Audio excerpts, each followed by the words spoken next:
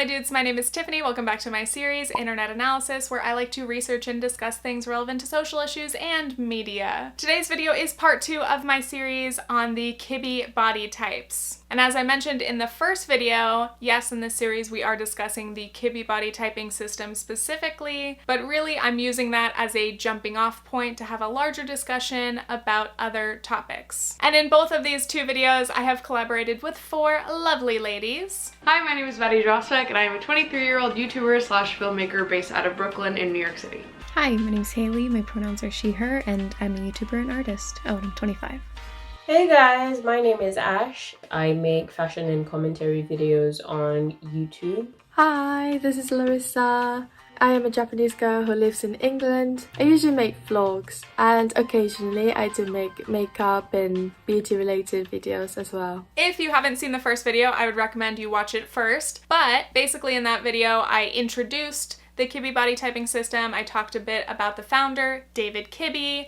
My collaborators shared their first impressions on everything, and then they took quizzes to try to determine their Kibbe body types. The Kibbe body type system is essentially made to help people dress better for their body type. So based on your type, you'll get some recommendations for clothing, hair, and makeup tips that will apparently suit you pretty well. So in this video, we're going to start off by talking about our body image and what each of us typically wear. And then we each had consultations with a Kibbe interpreter blogger who has determined each of our types using her expertise and has given us style recommendations based on our types. But before I get started, I just want to address some comments that I got on the first video. I got a few people who are fans of the Kibbe system who thought that I was being a bit too negative about it or that I was biased against the Kibbe system. And that really wasn't my intention. The videos are not meant to be pro-Kibbe, but they're also not meant to be anti-Kibbe. However, if you would like to watch some pro-Kibbe content, there are plenty of YouTubers who cover Kibbe and related body type, body geometry kinds of videos. There's a lot of content that you can find on Reddit or Pinterest and a lot of other places. And by the way, in my last video, I mentioned Ali Art, Miriam Style, and Lucy as some Kibbe interpreters, but some people thought that I was saying that they're bad or that their content is bad, and I didn't mean that at all. I just named them as a couple of examples of people who have made content related to Kibbe stuff, but when I was talking about Kibbe interpreters, that includes literally anyone who talks about Kibbe on any platform on the internet. And actually, I really like each of their videos about Kibbe. I've learned a lot from Ali Art and Miriam Style, and Lucy's only made, I think, 2 videos about the Kibbe system, both of which I watched and enjoyed. So anyway, just please know that this series is not meant to hate on the Kibbe system or to insult anybody who enjoys it. We're just here to start a discussion, and I hope that you guys let us know your thoughts in the comments. Okay, finally, let's get into it. It's gonna be a long video. First, body image. I asked each of my collaborators to just explain a bit about how they feel about their body or what they think of their body in general terms. What do I think of my body? I'd say I think it's okay. I mean, it does the job. I try not to think about my body too much in like a critical way. I've had a really complicated relationship with my body. I have struggled with my body for, I mean, it feels like as long as I've had a body. I was bullied all throughout school for my appearance and my weight, and stuff like that sticks with you as you get older. Right now, I'm totally someone who self-describes as being body positive. I got super into body positivity when I was in high school, and it's just sort of something that is stuck with me. Let's start with body positivity. It's very popular, especially online right now. Many people see it as a movement of self-love, celebrating your body. It's a rejection of diet culture and all of the media that trains us to think that we should hate our bodies. It's a lot of internal work. Like, I say that I'm body positive, but it doesn't come easily to me. Like, I feel like I wake up every day and like fight to be body positive, and I work at it, and I'm constantly undoing all the nasty negative shit that I've learned about my body and like just undoing years of self-hatred. So I'm body positive, but it's complicated. I'm really glad that Maddie brought up body positivity because there is so much to say about it and how much the movement has shifted in the online discourse over the years. But I think it's really important to point out that originally body positivity was created by and for people with the most marginalized bodies. And these days, a lot of smaller white women tend to dominate body positive spaces online, and of course brands are capitalizing on this concept and trying to sell body positivity as a product. I'm editing this right now and just want to make it clear I'm not trying to call out Maddie. I think she's a great figure for body positivity. I just wanted to add some historical context, so that's coming up, but in watching it, it sounds like it's a response to her, but it's not. I'm just trying to include more information. Here we go. I have a few articles featuring Stephanie Yeboah, who is an activist, a writer, a journalist, an author, and she's spoken a lot about the body positivity movement. She wrote this opinion piece: "The body positivity movement is not for slim bodies already accepted by society. The body positivity movement has its roots centered within the radical fat acceptance movement, a movement created by predominantly larger, fat women of color and disabled women. It originated with the fat acceptance movement of the 60s, which aimed to combat anti-fat discrimination and to celebrate and inspire the validity and acceptance of fat bodies." And here's another article explaining, as body positivity grew in popularity, women of color, women with disabilities, and trans women were pushed from the spotlight by a more conventional beauty ideal. White women with hourglass figures, often no bigger than a size 16, were described as radical role models. Many former followers now feel the movement has been co-opted. Yeboah is one. It has become a buzzword. It has alienated the very people who created it. Yeboah has now embraced a new approach: fat acceptance. I've been very interested in all of this discourse around body positivity, and also I've wanted to research more about the history of the fat acceptance movement and fat activism, so I encourage you guys to look into it as well. But anyway, in talking about body positivity, I'm definitely not going to gatekeep who should or could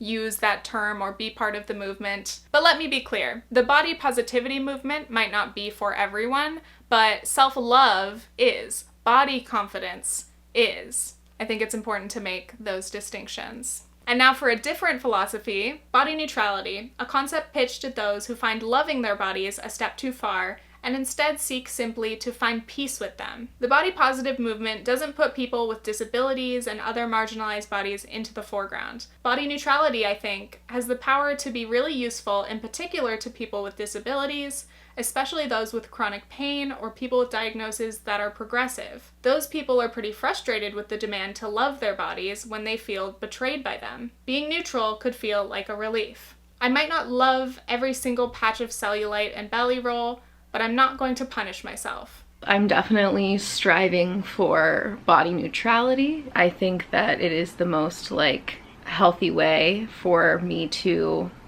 view myself, you know, not judge myself at all, and just I'm allowed to exist in all of my forms at any time of the month, at any day of the year. That being said, I don't want to pretend like I don't have days where that's hard or where I don't struggle, but that is the goal, is neutrality. So personally for myself, I think my body image and my confidence has been at its lowest points in the last few years.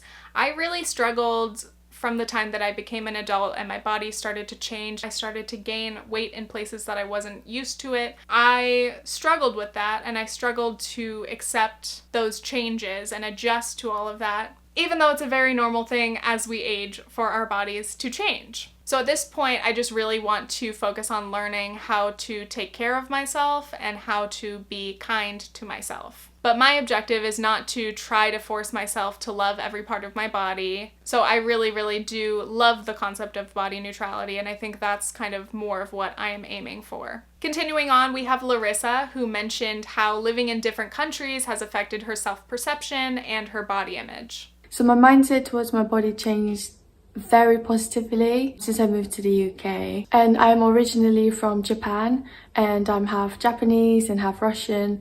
So I never really fit into this Japanese beauty standard. I mean, if you see Japanese actresses and models, they're very skinny and petite and very kawaii looking.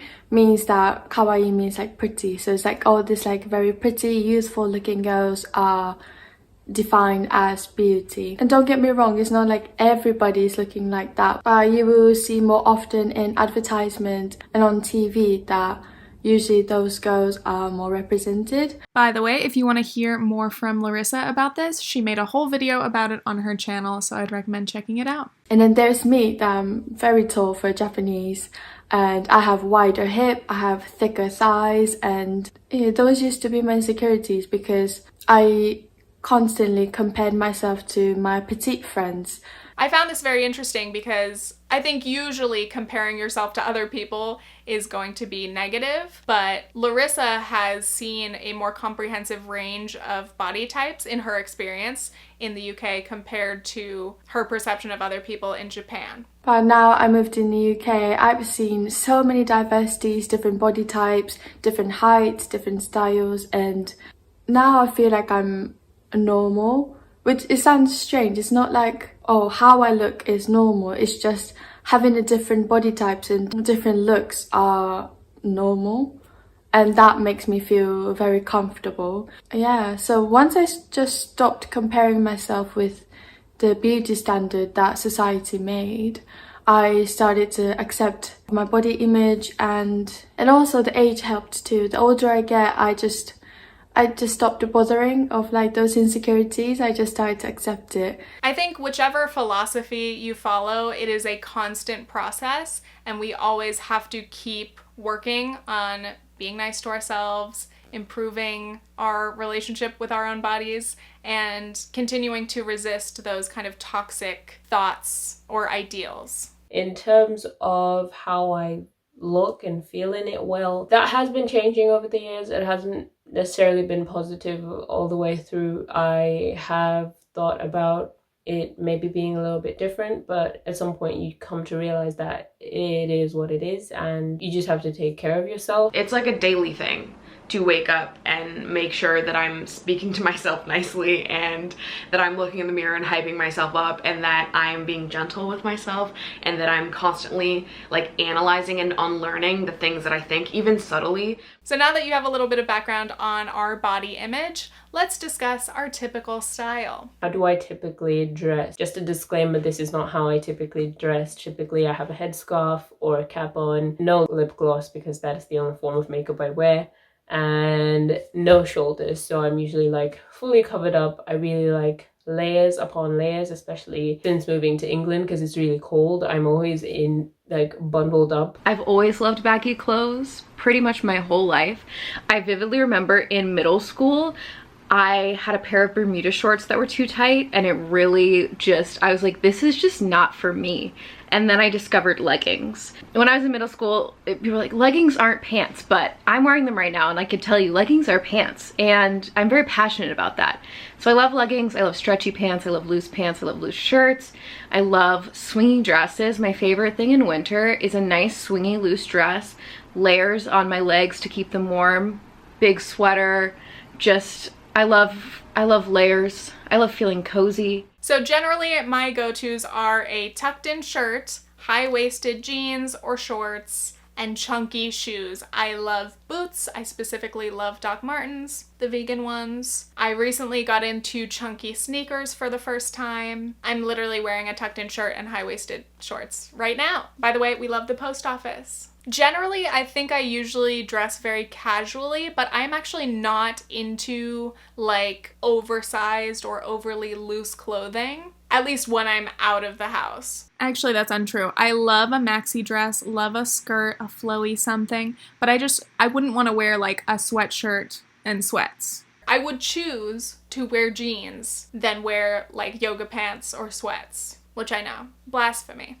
This is something I've noticed about myself even going back to like middle school when people would wear like pajamas or they'd wear like super like cozy outfits on days where we had testing. I never wanted to do that because I feel like when I wear the typical cozy outfits, I just look too messy. It's almost like a messy bun. You know how some people can use a messy bun and it looks like effortless and cute? If my hair is messy, it looks messy. And not in a great way. I think my favorite item of clothing is probably my black denim jacket, which used to be my mom's. Yeah, and I would just layer that on top of other stuff like maybe band t-shirts, usually a 21 Pilots t-shirt or a Led Zeppelin t-shirt, and jeans, high-waisted jeans, because I feel like those flatter me more. Shoes-wise, probably boots if it's cold, or sneakers if it's not, or if it's just like okay. But yeah, I'm usually a sneakers person.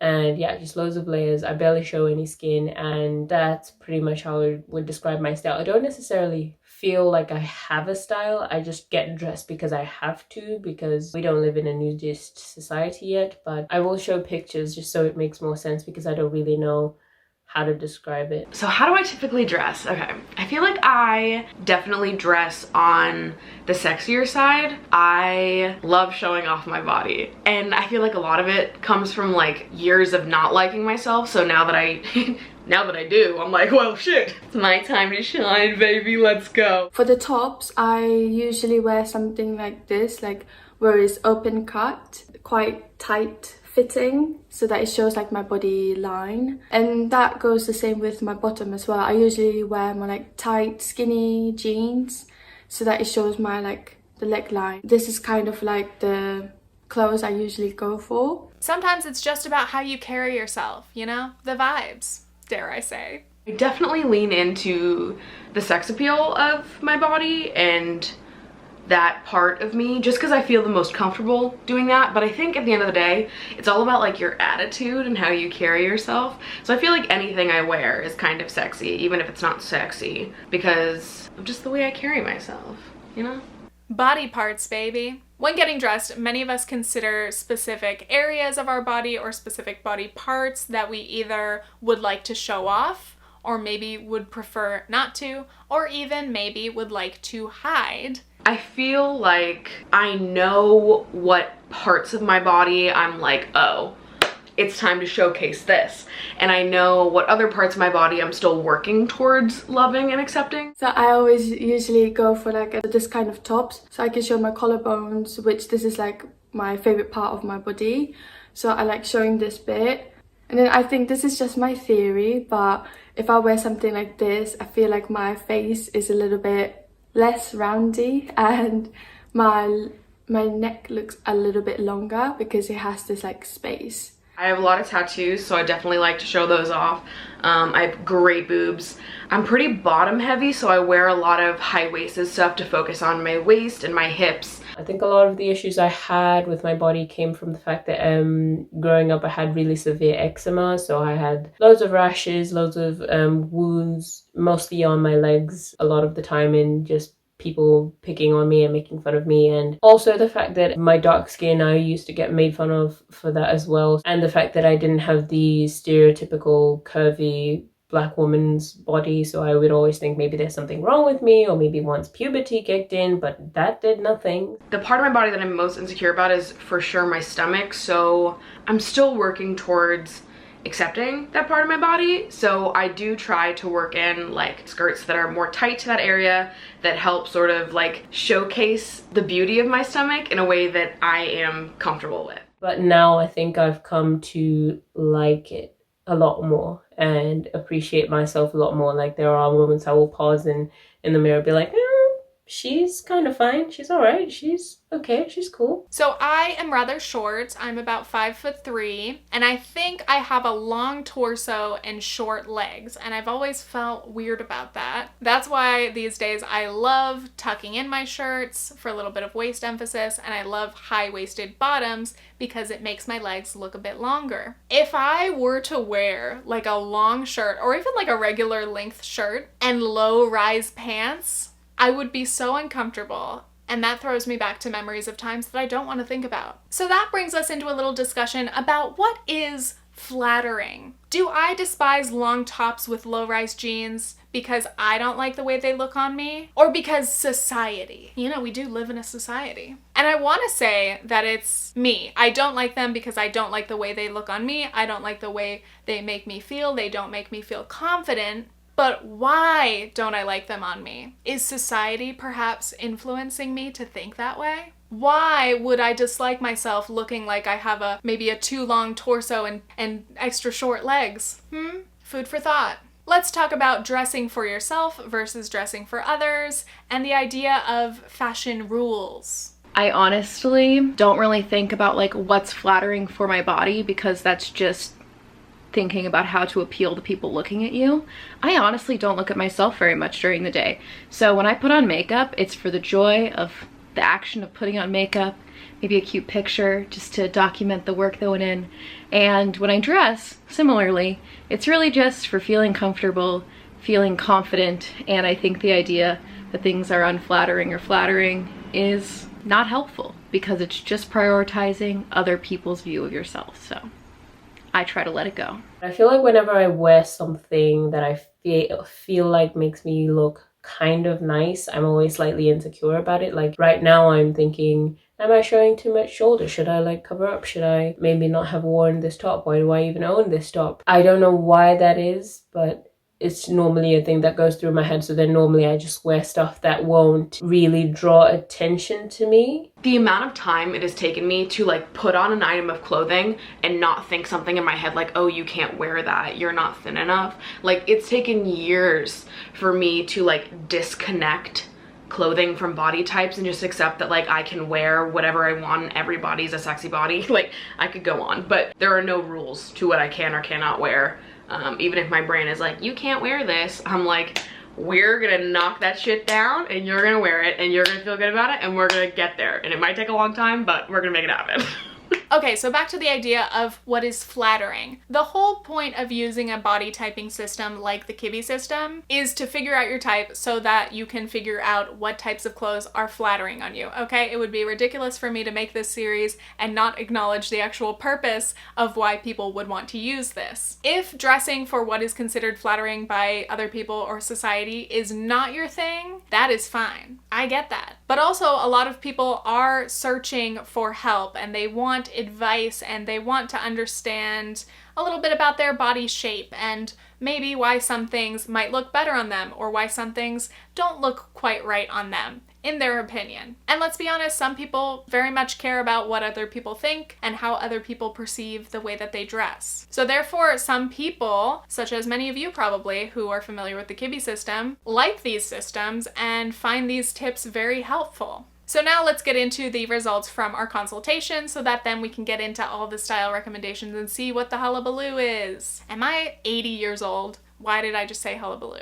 So anyway, I worked with Rebecca Beschervez from the Cozy Rebecca blog to do our consultations and hopefully have her figure out our body types. Because it is so hard to be objective and take that quiz as we saw in part 1 of this series, I wanted to see how she would type each of us. Plus, of course, she's a lot more knowledgeable about the system and she has an eye for these certain features, so I'm sure her assessment is a lot more accurate than those of us who have no idea what was going on. I did not reveal this in part 1 of the video, but when I took the quiz a few months ago, I got soft classic, which I thought seemed pretty accurate, and Rebecca said that that is indeed my type. Soft classic, baby, whatever that means. Okay, so I got the results back from Rebecca, and my body type is dramatic classic, which I'm very surprised about because my initial guess of my body type, I thought I was theatrical romantic, and this was based on watching YouTube videos and reading blogs. And after taking the quiz, my results was soft natural.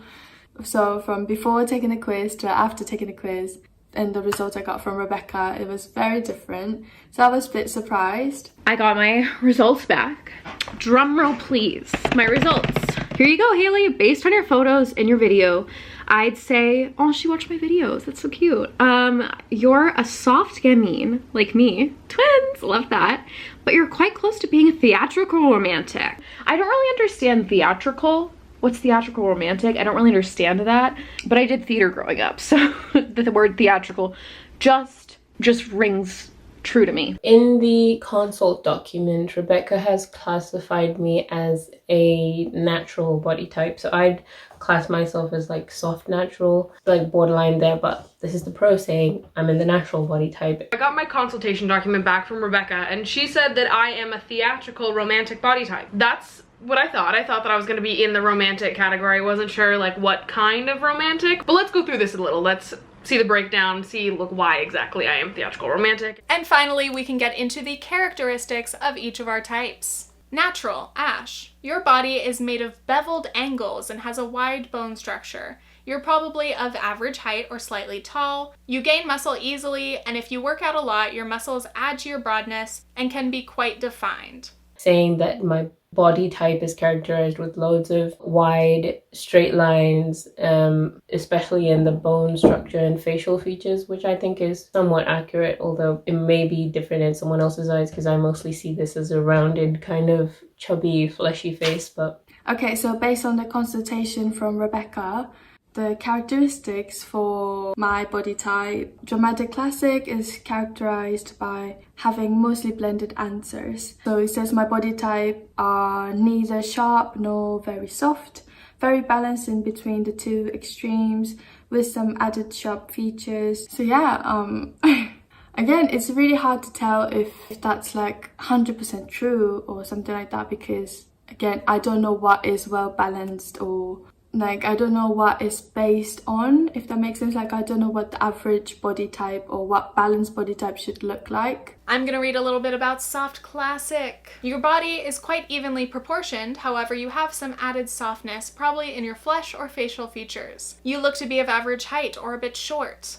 Yes. If you work out a lot, your muscles may be softly defined, however your body still looks quite balanced. When you gain weight, your body tends to become rounder and quite soft. I think it sounds pretty accurate. When I was my most thin and most muscular was when I did cross country in high school. Even though I was one of the slowest people on my team, I had the most muscle I had had in my life, but even at that point, I didn't look ripped. I had a little bit of definition, but I was still generally soft. There was one part of my document that called me feminine and sophisticated, elegant, which are truly things I would never say about myself. I feel like I'm the exact opposite of sophisticated or elegant. Haley, soft gamine. You have a mixture of structured and soft answers across your bone structure, flesh, facial bones, and facial features. However, you have some added softness. The theatrical romantic body type is characterized by having mostly soft answers and rounded shapes. However, it also has a bit of added slenderness or sharpness, which is what separates it from the romantic body type. Since you have a very rounded body type, muscle that you gain from working out will probably be softly defined, and weight you gain will likely collect at your softest areas,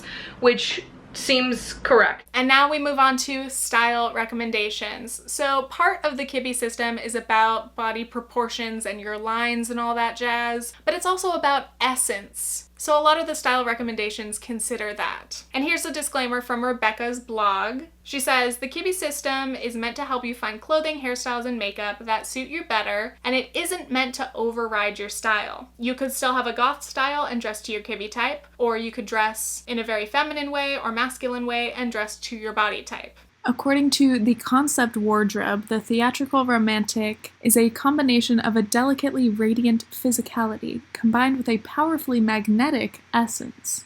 Next up, we've got the styling keys, silhouette and fabric. According to this, the silhouette that I should wear should be soft and rounded with a sharply defined waistline and tapering at the wrists and hems. You can also add a hint of sharpness in your silhouette. Fabrics are going to be the best when they're lightweight and drapable, as heavy and stiff fabrics can obscure your bone structure. Soft textures and sheer fabrics are also quite lovely on you. As far as details go, the detailing on my clothing is best when they're intricate or delicate. Things such as lace, gathers, draping, or soft pleats will look great on you. You can go really intricate and ornate with details such as buttons, collars, and trims. Prints and patterns are pretty much the same. They look best if they're intricate and ornate and if they have rounded shapes. Florals are great, but you can also go with other prints and patterns that have a rounded outline. According to the concept wardrobe, the soft gamine has a playful and spirited essence. You can get away with mixing and matching different silhouettes and fabrics, but there are some guidelines that you can follow that always look good. For visual examples, I have a soft gamine Pinterest board. I fucking love Pinterest, so we're definitely gonna check that out. I'm not like joking with you right now. I definitely pinned both of these outfits in like 2015. Here are the soft gamine recommendations for Haley. I love soft gamine clothes. I think they're very fun. The silhouette should be fitted, feminine, and small. You have some high necklines, waist emphasis, a mix of stiff and soft fabrics. Color blocking is really great for gamines, so you want 2 or more colors going on. And on a soft gamine, you want some small and slightly feminine details. Buttons, gathers, ruffles, pleats, and belts. Naturals have a fresh and open spirit. In terms of silhouette and fabrics, they've said that loose, unstructured, and baggy clothing looks the best on me, which is great because I already do that, and I am not looking to wear tight-fitting clothing anytime soon. It says to go for clothes with an overall geometric shape with a bit of softness, around the edges. So I'm assuming this is to contrast the earlier mentioned sharp and wide features, which makes sense. So it also suggests fabrics that maintain a shape, which also makes sense because I feel like clothing that is like moderately structured in that way makes me feel more comfortable. Like, it says like wearing scarves and long cardigans would complement me, but I feel like every time I wear scarves I just look like I'm choking to death. I don't know if that's because I tie them wrong. Like, is there a stylish way to tie them that's better than what I've been doing before? I'm not sure. And then we have my recommendations for soft classic. Apparently soft classics have a refined and gracious essence. I found it very interesting to compare Larisa and I because we're both in the classic family, but we are also opposite types of classic. So I'm a soft classic, she is a dramatic classic. Dramatic classics have a coolly sophisticated essence. Both of us are often recommended balance, symmetry, simplicity. What I really liked about this, she said that less is more new, and I totally agree. So I do try to wear more like very minimalistic, very simple. But for me, soft details. For Larisa, more angular or geometric details. This says that solid colors are best for both of us, especially neutrals. But for me, lighter colors are recommended. And for a dramatic classic, darker colors are recommended. And this is kind of where essence comes in.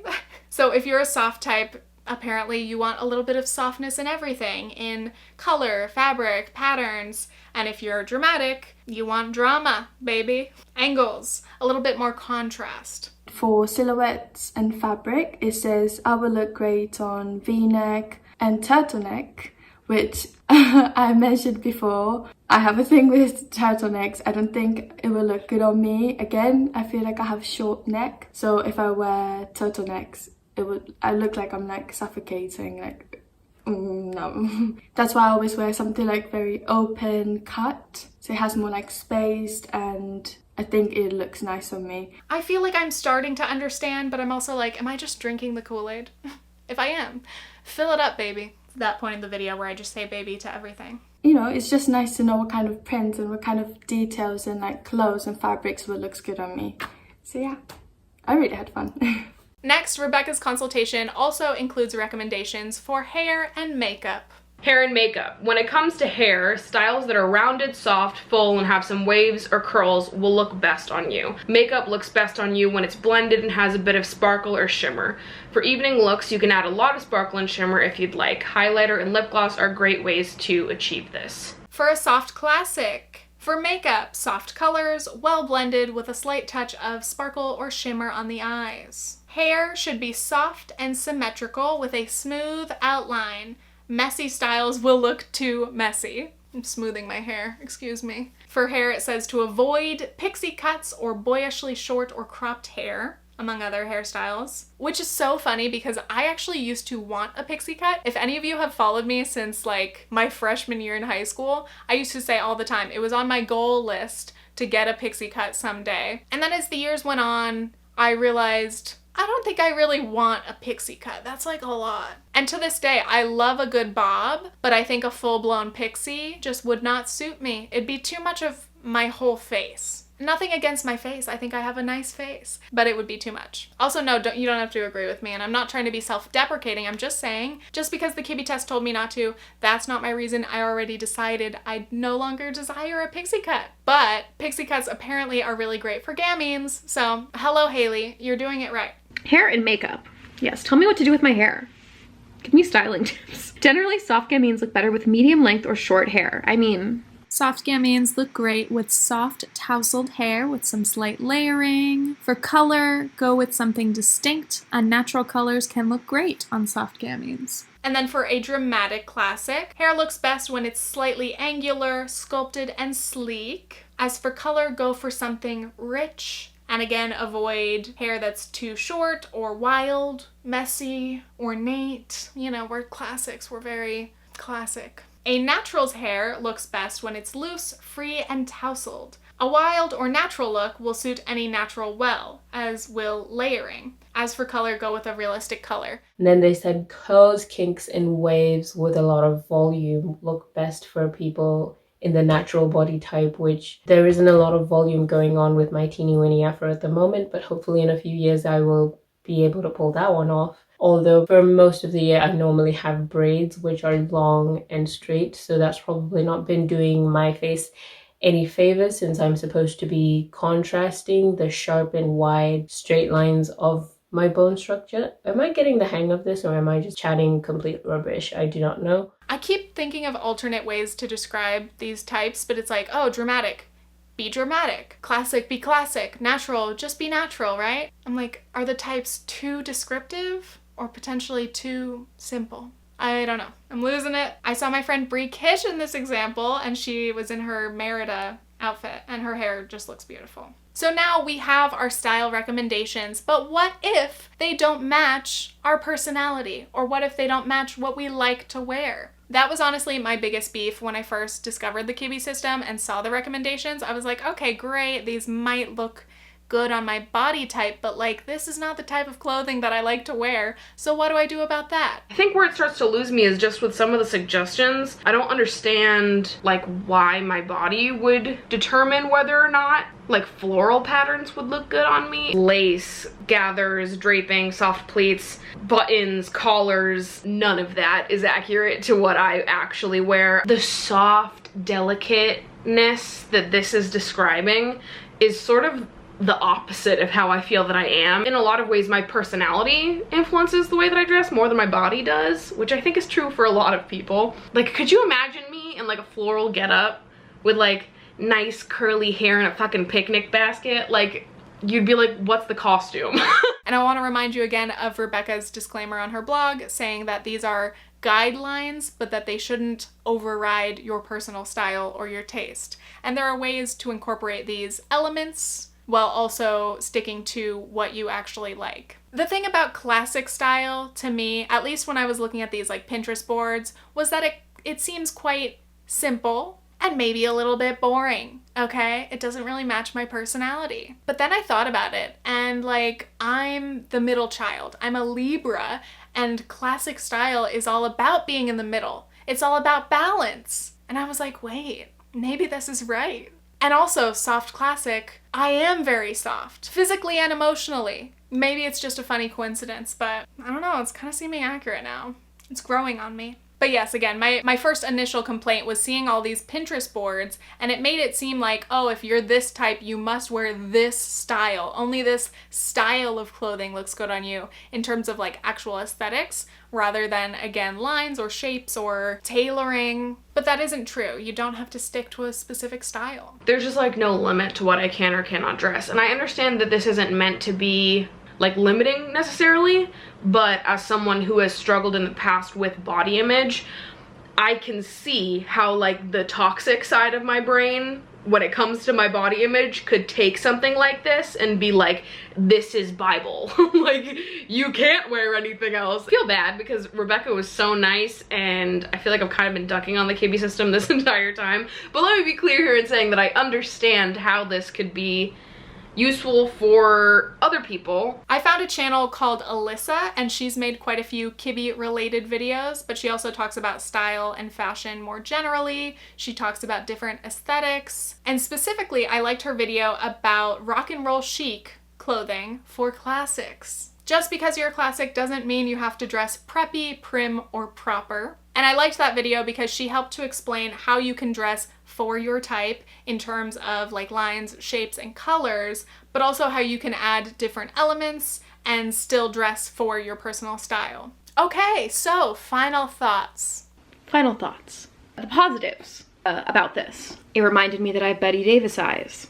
I was right. Now for the negatives. I don't like that it was created by a man. Therefore, inherently, like, it is inescapably to prioritize the male gaze in how I dress. On top of the fact that I think that that's crap to prioritize the male gaze or to prioritize other people's enjoyment of your body over your own enjoyment of the clothing that you wear and the makeup that you wear and your autonomy. Other than that, I'm a lesbian, and I could give less of a rip what David Kibbe thinks I should be wearing. I don't give a rip what he thinks. My wife's trying not to make noise. She's laughing at me. And she's the only person that I care that thinks that I'm attractive. And she's seen me at my crustiest. Yes, not as inclusive as we might be led to believe. 13 body types. That sounds like a lot, doesn't it? No, there are billions of people in the world. And I think it's ridiculous to think that everyone could feel included in this. I'm losing the plot. What am I trying to say? I'm trying to say that it works under the guise of inclusion, but it doesn't actually do any work to include fat bodies. What she said. The descriptions, like why? Like in all of my results, like why? Like why do I have to wear that? Like for what? For why? Because it didn't really seem to be like, this fabric will feel comfortable to you, this cut will feel comfortable to you. It was like, this will make you more beautiful, which is totally about how other people perceive you. Yes. So in conclusion, I think I will stick to quizzes more along the lines of which Twilight character are you based on, which snack food you enjoy, because that's just more relevant to my life. But I enjoyed being right, and I enjoyed being reminded that I have Betty Davis eyes. Is this like a BuzzFeed quiz? Oh, what clothes should you wear based on what you ate for breakfast this morning? And then you get results and you're like, oh, these are cool results, but you're not like, oh, this is serious? Like, it's for sure fun to be like, oh, what am I? What's the quiz result gonna be? And then to have someone give you clothing recommendations, I like completely understand the appeal. But I feel like for me personally, at the end of this all, I could not, I guess, partake in the Kibbe system as more than just a, oh, this is fun and I'm taking it with 4,000 grains of salt. Overall, I would say I am pleased with the assessment. I think the assessment is a good representation of, like, I can see it fitting into how I look and how I see myself. It's not, as I was saying before, like the other body type systems that people are more accustomed to, at least I'm more accustomed to, which are always suggesting that you cinch in the waist or wear something that's like flared or whatever to create the illusion of a certain body type, instead of just working with the body type that is already like the canvas you already have, which I feel like is how people should be working anyway in anything. Overall, I think the Kibbe system is probably what more people, like I wish more people knew about it, because even as I was watching YouTube videos I could find online about it, it seemed like the women in the videos really were confident and dressed really elegantly, you know, how their style was, and I could see actual uniqueness within it, if that makes sense, and individuality. So yeah, I guess 9 out of 10. For me, the Kibbe system, 9 out of 10. The 1 point being knocked off just because I don't like the fact that it was made by a man, but... For the Kibbe type system, I think is very quite informative, and I also appreciate that there was a YouTube video that was dedicated to a specific body type. So it's nice to have a different inspiration, different ideas, and a little bit of guidance. But then I also want to mention that at the end of the day, you should wear whatever you feel confident in. So yeah, I feel like I'm a bit contradicting myself on what I said before, but it's nice to have the guidance, you know, to have that kind of basic information or extra information about you. But then I would say don't take it 100% seriously. So if you think you want to wear like sparkly clothes, then you should go for sparkly clothes. Like no one should, or nothing should stop you. I just don't carry the belief system that there are right or wrong things to wear based on what your body looks like. Dressing yourself as a curvy person, as a big person, is difficult for a lot of reasons, and understanding what your body looks like is only part of the problem. Like I said, I've struggled with my body my entire life, and I feel like I've worked really hard to get to the place that I'm at now, where I do feel comfortable wearing items of clothing that maybe I wouldn't typically wear, like going to the beach in a two-piece bathing suit. Like that sounds so small, but I wore one pieces my entire life because I was like, I'm just not comfortable. And now I show up to the beach wearing whatever I want, and I'm not concerned about what my stomach looks like. In fact, I feel fucking good about it. We should all be working towards getting to a place with our bodies where there are no rules to what we can or cannot wear, and you just sort of get to celebrate your body in whatever clothes make you feel good. And for me, that is absolutely not florals and lace. I like all the descriptions of the bodies, and I do appreciate the style tips. I think they're cute, they're fun, but I wouldn't recommend really taking this super seriously. You know what your style is. You know what it is. When you put that item of clothing on and you look in the mirror and you feel fucking good, you should wear that. Whether or not your Kibbe system body type says that you should. You've heard me voice my criticism, so I'm not going to repeat those. But overall, I would say I had some fun with this. I think it's interesting. Again, as with any other quiz or like personality assessment or whatever that I've taken, I do take it with a grain of salt, and I never let it determine how I'm going to live my life or like who I'm going to be friends with or what type of clothes I'll wear. But I have considered doing a sort of challenge next time I can go shopping in store safely, trying out some different clothes that maybe I wouldn't usually go for, but that apparently suit a soft classic, and see how I feel. See if I like it. Do I feel comfortable? Do I feel cozy? Do I feel me? Do I look cute? Do I think that it helps my lines or my essence? I don't know. Sure, we'll look into it. I used to dress in very funky stuff. Like, I loved weird shit. I loved weird patterns. Still do. But I have noticed in the last few years, as I've gotten a little bit older, I've wanted to dress a little bit more maturely. I'm into like business casual. Maybe that's because I am a YouTuber and I don't have a job that requires me to wear any particular type of clothing. So I can see how I could potentially incorporate soft classic elements into that sort of style. But then again, I don't know. Anyway, that is all. I really hope you guys enjoyed this series, and please check out each of my collaborators' channels. We have Ash,